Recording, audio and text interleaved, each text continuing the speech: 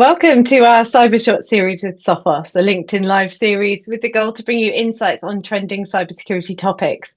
Today, we're here to share some of our insights and how to better use them to better educate and defend your organisation against cyber threats. I'm Susie Evershed, and I'm joined today by Keith Jarvis, Sophos Principal Threat Researcher. Thanks for joining us, Keith. Absolutely, it's good to be here. So the Sophos CT has published a blog this week on the emergence of the Warlock ransomware group, which details their appearance on underground forums, their quick adoption of July's vulnerabilities in Microsoft SharePoint, and our observations of their attacks on customer telemetry. It's easy for me to say. What makes this group worth documenting? Well, in isolation, they're really not a remarkable group. We see on average about 5 to 10 new ransomware groups develop every month. Just this year alone, we've seen over 120 ransomware groups that have a leak site who have published at least one victim. So ultimately, it's not something that's super interesting that one new group showed up. But what is interesting is that, they started in March of this year, and we've gotten to see sort of the timeline of their development into one of the more active threat groups that's deploying ransomware right now. We saw them start in March distributing Lockbit, and then they, in July, like you said, adopted those SharePoint vulnerabilities and had a lot of success getting into enterprise environments and deploying their ransomware through that. So I think the interesting story about this group is sort of how they developed, and it kind of gives you an inside look of how these groups come from nowhere and are able to build a pretty decent playbook and really have some success against real victims. So they've to date, this group, which we're calling Gold Salem, you'll see that referenced in our blog and our threat profiles on our page. They've published 60 victims so far, so that puts them kind of in the middle of the pack as far as ransomware groups over the last 6 months. You've got some very active groups at the top, like Akira and Quillen, that are doing hundreds more. But then you've got a lot of groups down there at the bottom that maybe just do 5, 10 victims a month. So they're somewhere in the middle. So, but it's interesting nonetheless to talk about them today. So, thinking about Gold Salem, what are the things that they're doing that set them apart from some of the others that you've mentioned? Right. So the thing that really put them on the radar for us and for other vendors was their quick adoption of those toolchain vulnerabilities in July. So that was a 0-day vulnerability in SharePoint, which was exploited by a number of threat groups, many of them having a Chinese nexus.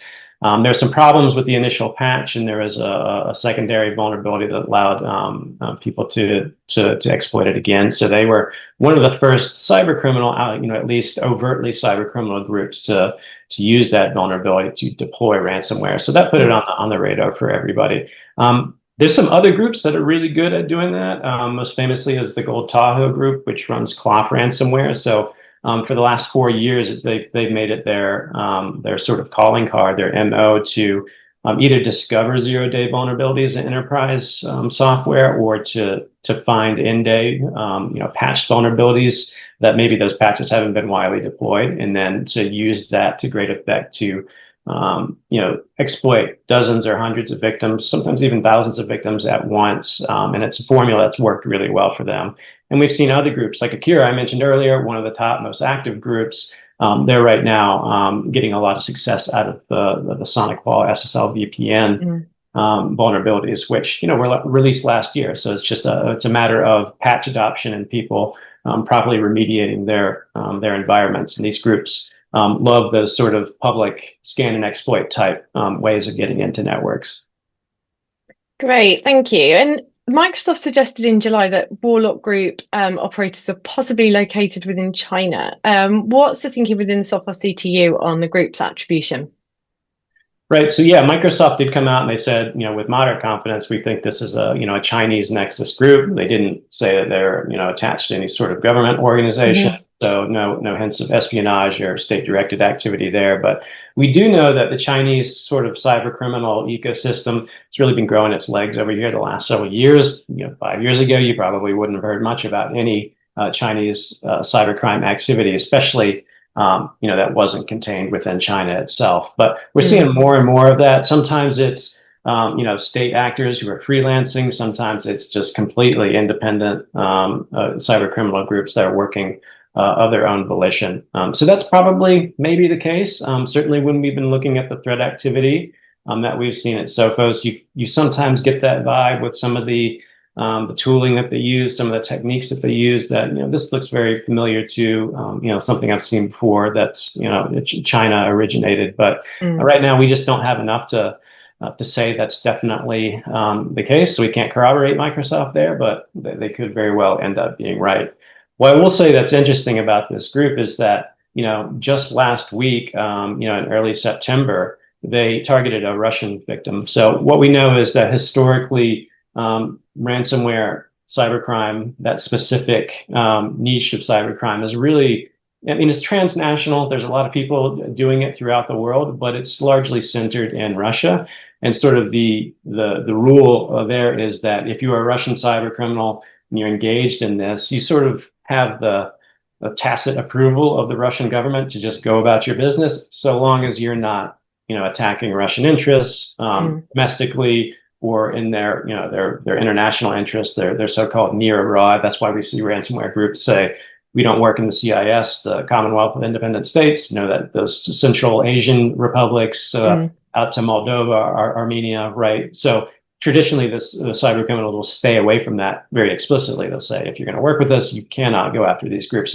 And this group did go after a Russian victim. And when we looked at our data, which is, 20,000 plus victims that we pulled off of leak sites over the last, 5 years that we've been tracking it, we only saw a few groups, very marginal groups, that had ever attacked a Russian organization. So it's very unique, right, to see somebody do that, because it kind of puts up a flag that says, well, we're not Russian, or if we're Russian, we're quite brave. We want to go up against the intelligence services of the Russian Federation, which they're quite aggressive about this sort of thing.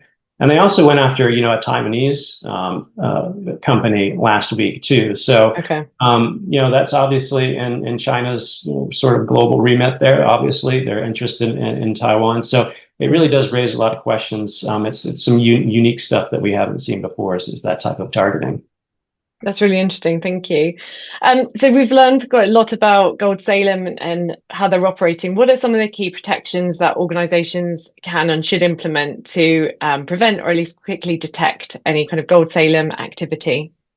Right. So, they have a pretty standard playbook when it comes to intrusions, though it's a little bit thicker than the playbooks that a lot of other groups have. So the key thing is that, to have aggressive patch management. So if a patch comes out, especially for an internet-facing device or application, is to have some sort of SLA that says, we're going to recognize that patch has been released, that there's a vulnerability, and we're going to fix it quickly, especially having an idea that maybe I didn't get there quick enough. So, I'm going to prove that it's clean, as opposed to just assuming that it hasn't been compromised. So that's part of like having your IR plan there, as well as that patch management. With a 0-day, there's really not much you can do about that. If you figure out a way to prevent 0-day vulnerabilities, you'll make a lot of money. Most people aren't doing that. So the key there is, instrumentation, security instrumentation of those, especially those forward deployed devices out there on the internet, is being able to see when something unusual happens there. And that's what we saw at Sophos that allowed a lot of these attacks from Gold SALEM to not get to the ransomware stage, is that there was enough activity there on, the SharePoint servers that we said, okay, this is an attack underway and it needs to be remediated as soon as possible. So that visibility is really key. And then, of course, MFA on all sort of, credentialed access, especially to management interfaces. If you're going to have those out on the internet, not a good idea, but a lot of people do that. And, EDR, XDR for that visibility. XDR, especially if you're able to, take input from, firewalls and those appliances that are out there on the internet, and sort of build up a picture along with the endpoint telemetry that's coming in. That's really been key to detecting this group early. And some of the techniques that they've used is, when they come in through, for example, the SharePoint vulnerability, they'll drop a web shell, which gives them that initial foothold. But then they want to come in with more, long-term establishment persistence. They use a variety of tunneling tools like Cloudflare tunnels, Visual Studio Code tunnels, PuTTY WebSockets. They have a custom WebSockets backdoor that allows them to proxy in through the internet. They use ngrok. So they have a lot of tools in the tool chest for getting that initial access and keeping it. And from there, they're doing like most ransomware groups. They're using tools like everything to evaluate the network for what files they want to archive and exfiltrate, and then use for the extortion phase of that.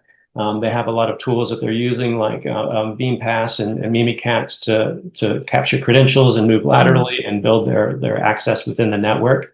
And then finally, they're using tools, everything from PSExec to GPO to actually deploy that final ransomware payload, which historically was Lockbit. Now it's their own custom locker. So that should sound familiar to everybody that's dealt with a ransomware incident there, but their tradecraft, it's competent and it's good. It's maybe top 20th percentile, but it's effective, and that's really all that matters. They're not doing anything that's absolutely wild, but again, it's effective. Fabulous. Thank you so much, Keith. That's been really interesting. And thanks to everyone for taking the time to join us today. Do stay tuned for future Cyber Shorts episodes coming soon. And for more information and insights, make sure you're reading our blog and following us on social channels. Thank you, everyone. Thanks.